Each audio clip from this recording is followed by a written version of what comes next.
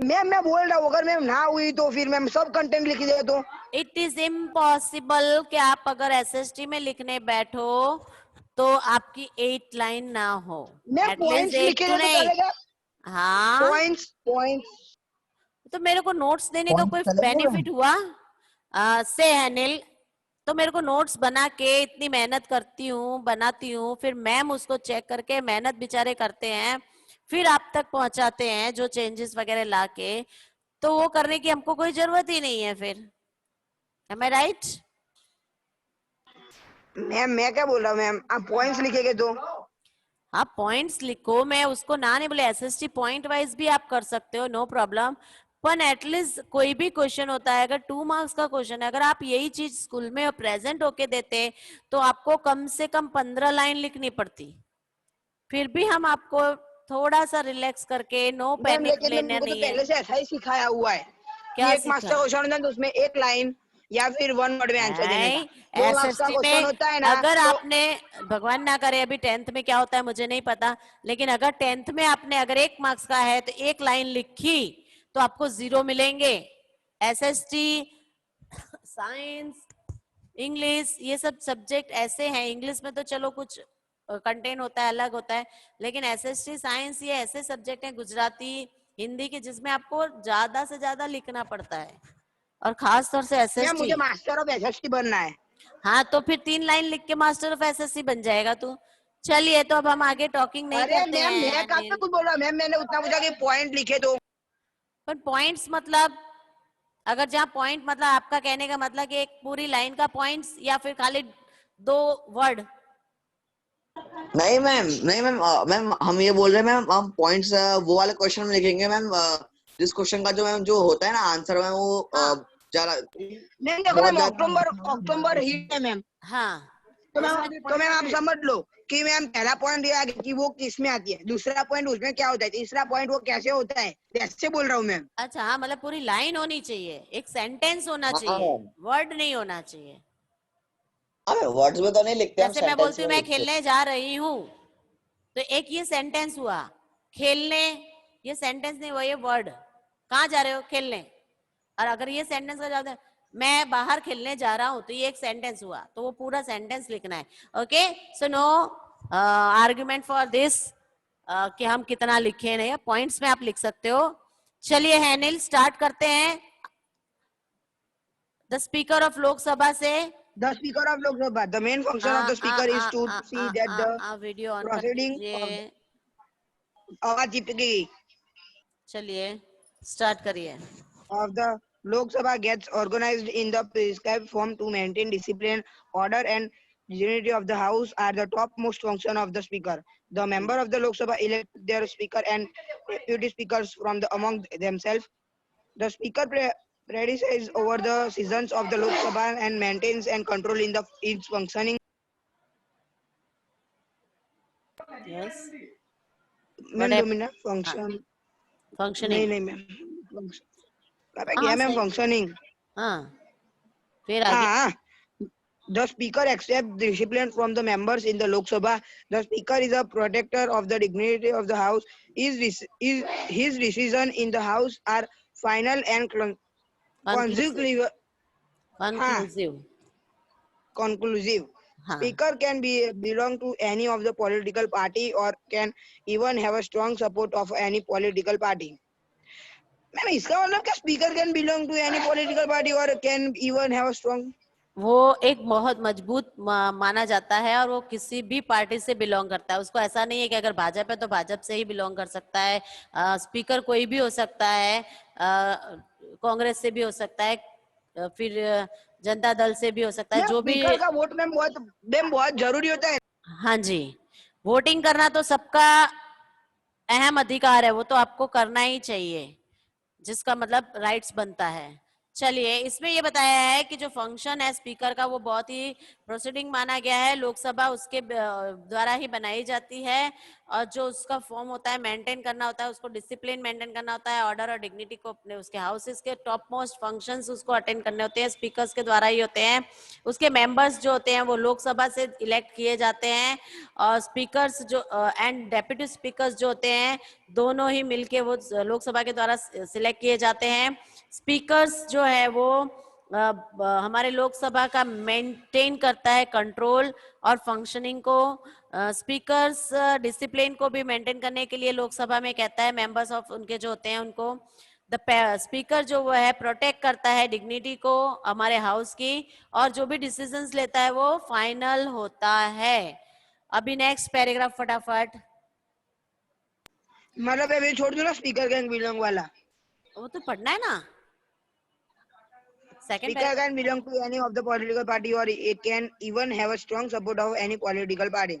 But after being appointed as the Speaker of the Lok Sabha, it expected that the Speaker carries out proceeding of the Parliament in a free and impartial manner. By gaining a majority of the members of the Lok Sabha on the resolve. Ma'am क्या पढ़ते हैं ma'am? क्या हुआ? अरे नहीं ma'am, ma'am थोड़ा ma'am ऊंचा बैठो, मेरी बुक बहुत नीचे है इसीलिए। क्यों? तो बैठ जाओ जहाँ पे सही से आपको पाएगा। ठीक है, मैं नहीं मैम, चलो आप मैं continue पढ़ करो। लेती हूँ। ठीक है, मैं कंटिन्यू कर लेती हूँ। Speaker can belong to any of the political party और can even have a strong support of the any political party. Speaker जो होता है कोई भी पार्टी से बिलोंग करता है और वो भी स्ट्रॉन्ग सपोर्ट होना उसका जरूरी होता है पॉलिटिकल पार्टी में। But after being appointed as the speaker, लेकिन जब वो स्पीकर की तरफ से चॉइस हो जाता है तो Lok Sabha is expected that the speaker carries out the proceeding of the parliament in a form of impartial manners. जब स्पीकर्स अगर सिलेक्ट होने के बाद जो भी फॉर्म करता है स्पीकर, जब भी पार्लियामेंट्स में आता है तो उसको वो जो प्रोसीडिंग करनी होती है, शुरुआत जो करता है, तो उसमें उसको इम्पार्टियल मैनर्स होना जरूरी होता है। मतलब कि वो एक पार्टी के जिससे आया है उसी पार्टी को ही नहीं संभालना होता है, सभी पार्टी को एक समान रीत से देखना जरूरी माना जाता है। Bye gaining a majority of members of the Lok Sabha on a resolutions to remove the speaker। लेकिन कभी ऐसा होता है कि कोई ऐसी ज्यादा प्रॉब्लम्स होती है तो जब मेजोरिटी गेनिंग करती है, ज्यादा बढ़ जाती है मेंबर्स की लोकसभा के, तो हम उसको रिमूव भी कर सकते हैं स्पीकर्स को। With this, a speaker can be removed from his post by giving a 14 days notice period। 14 days की नोटिस पीरियड देके स्पीकर को रिमूव भी किया जा स्पीकर रिमूव कर सकते हैं। All the speeches and criticisms in the Lok Sabha are done by addressing the speaker। जो भी criticisms उन्होंने लिए हैं, speeches उन्होंने दी हैं सॉरी एक minute.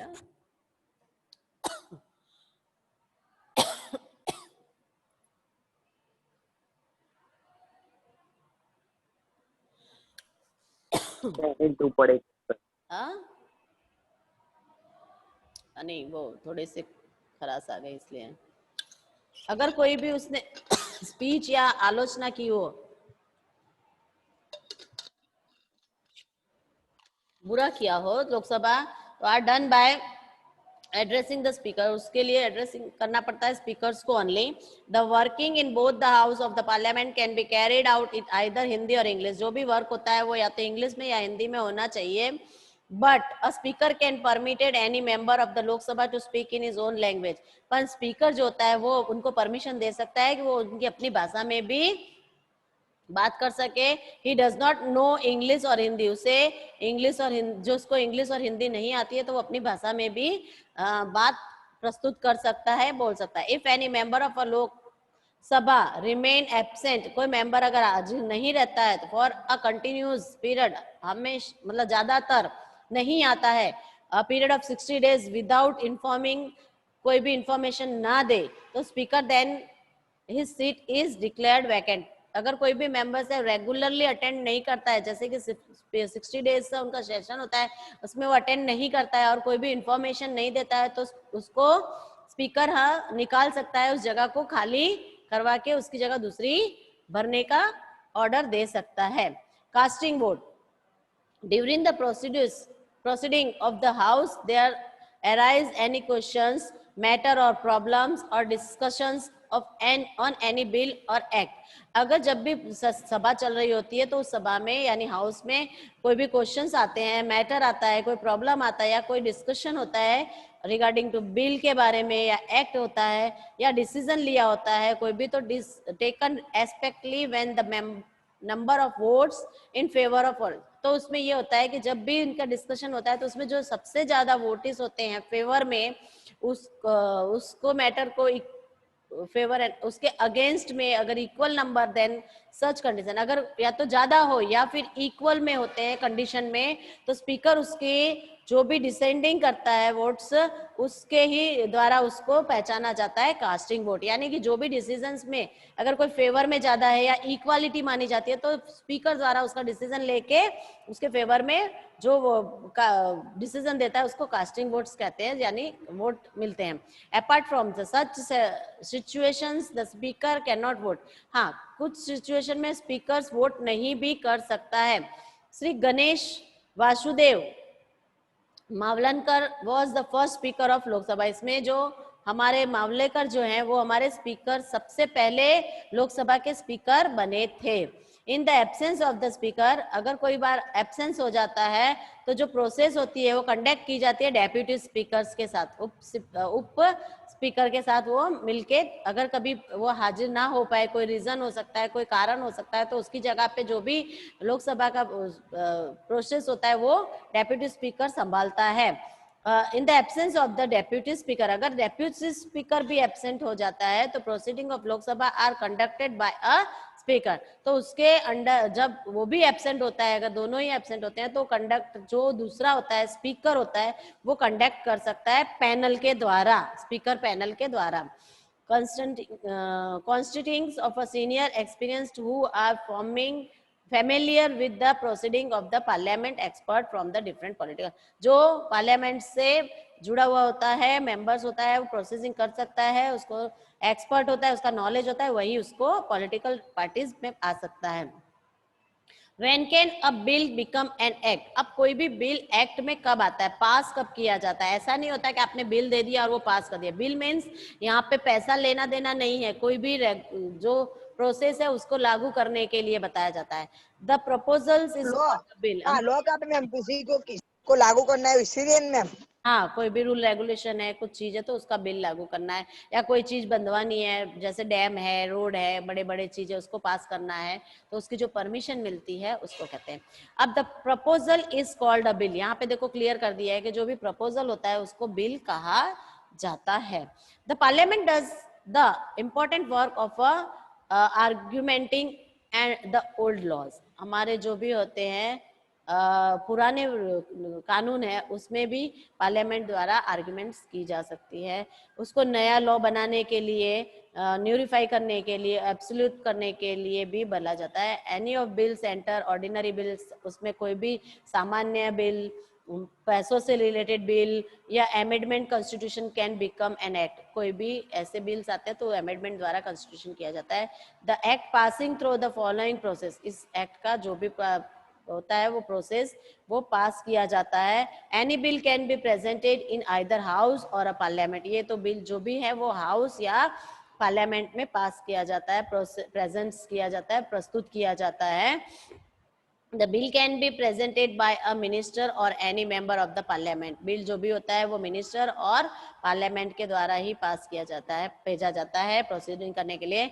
If any disputes arise between the two houses, अगर कोई भी दो हाउस के बीच में यानी लोकसभा एंड राज्यसभा हाउसेस हमारे पार्लियामेंट्स के हैं उसके बीच में कोई डिस्प्यूट्स देखने मिलता है तो house of parliament regarding any bill, उस बिल से related the president can call a joint sitting of both the house. The president उनका जो हमारे राष्ट्रपति हैं वो बुलाते हैं दोनों की मीटिंग एक साथ में ऑफ द पार्लियामेंट के अंदर. The proceeding of both the house of the parliament in joint sitting chaired by the speaker. उनके पास बैठ के उस बारे में उस चर्चा विचारना होती है. Where in the bill can be passed by majority. जिसमें मेजोरिटी होती है, ज्यादा हक वोटिंग होती है, वही उस बिल में पास होता है. Then the bill become an act if it is passed by a majority of the member. जब मेजोरिटी मेंबर्स की हो जाती है तभी बिल पास होता है. जिसकी भी ज्यादा मेजोरिटी होती है। Now next page, produce of an act from bill, ordinary bill, non financial bill. अब जो फाइनेंशियल यानी पैसों से जुड़ा नहीं होता है उसके बारे में, the procedure of a presenting a bill in house of a parliament by minister is called the first reading of the bill। Minister द्वारा जो भी पार्लियामेंट में बिल लाया जाता है वो फर्स्ट रीडिंग बिल के नाम से पहचाना जाता है। उसका टाइटल जो होता है ऑब्जेक्टिव होता है, उसका रीजन जो होता है बिल से डिस्क्राइब किया जाता है बिल में, और उसका जो प्रेजेंटिंग होता है बिल की उसको स्टेट लेजिस्लेटिव असेंबली के में रिकमेंडेड किया जाता है ऑफ अ चेयरमैन के सामने जो हाउस, और बिफोर प्रेजेंटिंग द बिल, पहले प्रस्तुत करने से पहले कोई भी बिल होता है उसको सेंटर में recommendation of the president is required, उसका जो भी मेन होता है रिकमेंड होता है उसके बारे में जो भी चर्चा होती है वो रिक्वायर्ड की जाती है। In the first reading of the bill the general information of the bill is discussed open. जो भी बिल पास होता है उसकी जो जनरल डिस्कशन होती है वो खुले में यानी कि सबके सामने डिस्कस की जाती है, सबके सामने यानी उस हाउस में जितने लोग होते हैं उनके बाद। Objection must be with reason and voting is done in necessary. अब उसमें जो अगर कोई ऑब्जेक्शन आता है, कोई नकारात्मक चीज आती है कि नहीं हमें ये नहीं होता, कोई भी दखल अंदाजी आती है तो उसका रीजन के साथ उनको बताना पड़ता है और उसमें जिसकी वोटिंग ज्यादा होती है उसका ही माना जाता है। सेक्शंस वाइज डिस्कशन किया जाता है एवरी पॉइंट पे, हर पॉइंट पे, और उसके जो ऑब्जेक्टिव्स होते हैं रिप्यूकेशंस किए जाते हैं, आर एग्जामिन्ड करते हैं, उसकी जो भी होती है चर्चा होती है उसके बारे में उसको पूरी खोजबीन की जाती है, उसके बारे में चेक किया जाता है, तब पता चलता है और तब भी उसको चर्चा करने के बाद अमेंडमेंट में उसको लाया जाता है। उसके पब्लिक बेसिस होता है, उसका पब्लिक ग्रुप, एसोसिएशन, इंस्टीट्यूशंस और opinion of the opposition party, इन सबको शामिल करके इसको वोटिंग के द्वारा ही इसको अमल में लाया जाता है। समटाइम्स क्या होता है कि वर्कलोड ऑफ हाउस का ज्यादा हो जाता है तो bill can not be discuss in detail, तब बिल डिटेल्स में डिस्कस नहीं किया जाता है। इसकी वजह से हैंड ओवर किया जाता है कमिटी को जो कंप्रेस करती है सब्जेक्ट्स को, सब्जेक्ट्स एक्सपर्ट्स को, और मेंबर्स जो होते हैं स्पेशल नॉलेज वाले इसमें ये खोजबीन करते हैं या चर्चा करते हैं और तब बिल के बारे में डिक्लेरेशन करते हैं। The keeping in view the public opinion, जो उसमें साइड में उनको पब्लिक ओपिनियन क्या है उसके बारे में भी उनको डिस्कशन करना बहुत जरूरी होता है और उनकी सजेशन रिक्वायर्ड की जाती है चेंजेस लाने के लिए। जो उनका रिपोर्ट होता है कमेटी का वो सबमिट किया जाता है हाउस में, और तब हाउस द्वारा उसको उसके बारे में सोच विचारणा करके रीडिंग करके फिर उसमें अमल किया जाता है। अब जैसे कि आपने सुना होगा कि जब वोटिंग आती है तो हमारे यहाँ चर्चा होती है कि कितने लोगों ने ये अपोज किया है, किस जैसे कि अभी चाइना और इसका युद्ध के बारे में सोचा जा रहा है तो कई लोग ऐसे कहते हैं कि क्या इसकी चर्चा करनी चाहिए, नहीं करनी चाहिए, क्या युद्ध जीतेगा। आप लोग ने देखा होगा ऐसे कई क्वेश्चंस उठते हैं। इसी तरह हमें पब्लिक का भी ओपिनियन लेना इसमें बहुत जरूरी माना जाता है, इनको मिडल में रख के ही किया जाता है। अब आपने कोई भी बिल पास कर दिया जिसमें पब्लिक को नहीं ध्यान दिया तो बिल तो पब्लिक के द्वारा ही पास होने वाला है, टैक्सेस तो पब्लिक ही भर रही है तो पब्लिक उसका अपोज कर देगी तो प्रॉब्लम्स क्रिएट हो जाएंगी। तो ये सारी चीजें सोच के ये बनाया जाता है। The third reading is only formal, जो तीसरी रीडिंग वो सिर्फ फॉर्मुलेशन है, उसका प्रेजेंटिंग जो होता है लॉजिक होता है, टर्म्स में एक्सेप्ट किया जाता है, उसका रिजेक्शन करना या नहीं करना, चेंज लाना या नहीं लाना वोटिंग के द्वारा ही किया जाता है। उसके जो भी फायदे होते हैं मेजोरिटी के द्वारा वो बिल को डिक्लेयर करने में जो इतनी भी मेजोरिटी होती है फायदे देख के ही पास किया जाता है। उसका जो पास बिल होता है साइन किया जाता है चेयरमैन के द्वारा फर्स्ट हाउस में और उसके बाद उसको भेजा जाता है सेकेंड हाउस में। जो बिल होता है उसको सेम प्रोसेस से ही सेकेंड हाउस में भी लिया जाता है कि उसमें चर्चा होती है, विचारणा होती है, जिसका ज्यादा वोट होता है वो लेता है, उसमें कोई बेनिफिट है नहीं है, पब्लिक को भी देखा जाता है, उनके भी ओपिनियंस को शामिल किया जाता है और अगर जिस पे ज्यादा वोटिंग होती है उस पे पास करें। ऐसे सेकेंड हाउस में भी यही प्रोसेस होती है। जब बिल पास हो जाता है अगर सेकेंड हाउस में भी तो it is necessary amendment it sent in the present, तो उसका जरूरी हो जाता है कि जो उसका जो भी सुधार वधार करके प्रेसिडेंट को सिग्नेचर करवाने के लिए भेज दिया जाता है। और जब प्रेसिडेंट के पास ये बिल आता है रिसीव करता है प्रेसिडेंट, तो उसके बिल में बिकम्स, वो एक्ट में लाया जाता है। जब लास्ट साइन जो होती है प्रेसिडेंट की होती है, वो उसको बिल में पास की कर देता है। But it if the bill is not pass the second house, अगर वो सेकेंड हाउस में पास नहीं किया गया, it again send to the, फिर उसको वापस फर्स्ट हाउस में भेज दिया जाता है। If the second house keep the bill in more than 6 month, अगर वो ज्यादा 6 महीने से ज्यादा अपने पास रखता है सेकेंड हाउस, तो उसको अंडरस्टूड करने के लिए रिजेक्टेड किया जाता है। If both the house disagrees और have a dispute over a bill, अगर दोनों ही जो हाउस हैं वो इस चीज के लिए मंजूरी ना ले और उस बिल के बारे में चर्चा ना करें, तो joint sessions both of houses summons दिया जाता है उनको, दोनों हाउस को। इस अगर बिल कोई पास नहीं कर पाया है, लेट कर दिया है, तो उसके लिए समन्स उनको दिया जाता है। In the joint sessions of the parliament the disputes are thought to be resolved there gaining majority, जो थर्ड दोनों के बाद भी जो भी मेजोरिटी आती है तो वो भी रिजॉल्व नहीं होती, अगर सॉल्व नहीं कर पाते हैं तो दोनों ही पार्टी में जो मेजोरिटी होती है उसको गेनिंग किया जाता है, देखा जाता है। when a bill is sent to the president's signature there are 3 options with the president, अगर जब बिल पास कर दिया जाता है तो 3 ऑप्शंस उनके पास आते हैं। He sign the bill thereby approve अप्रूव इट, और वो साइन करता है जब उसको अप्रूवल मिल जाती है अगर, तो he keep the bill with him, अगर वो अपने पास बिल रखता है। He send the bill back to the, आगे मेरे में व्हाइट है, आप लोग बताइए, पार्लियामेंट, आगे क्या है? हाँ मैम रुको बोलता हूँ। He sent the bill back to parliament. और मैम मेरे में भी थोड़ा वाइट है मैम। क्या लिखा, स्पेलिंग थोड़ी सी बता दो तो मैं कर लूं। मैम RECON RECON SID, एक मिनट, RECON, हाँ बोलो, SID SID, हाँ फिर RATION तो नहीं है? हाँ वही।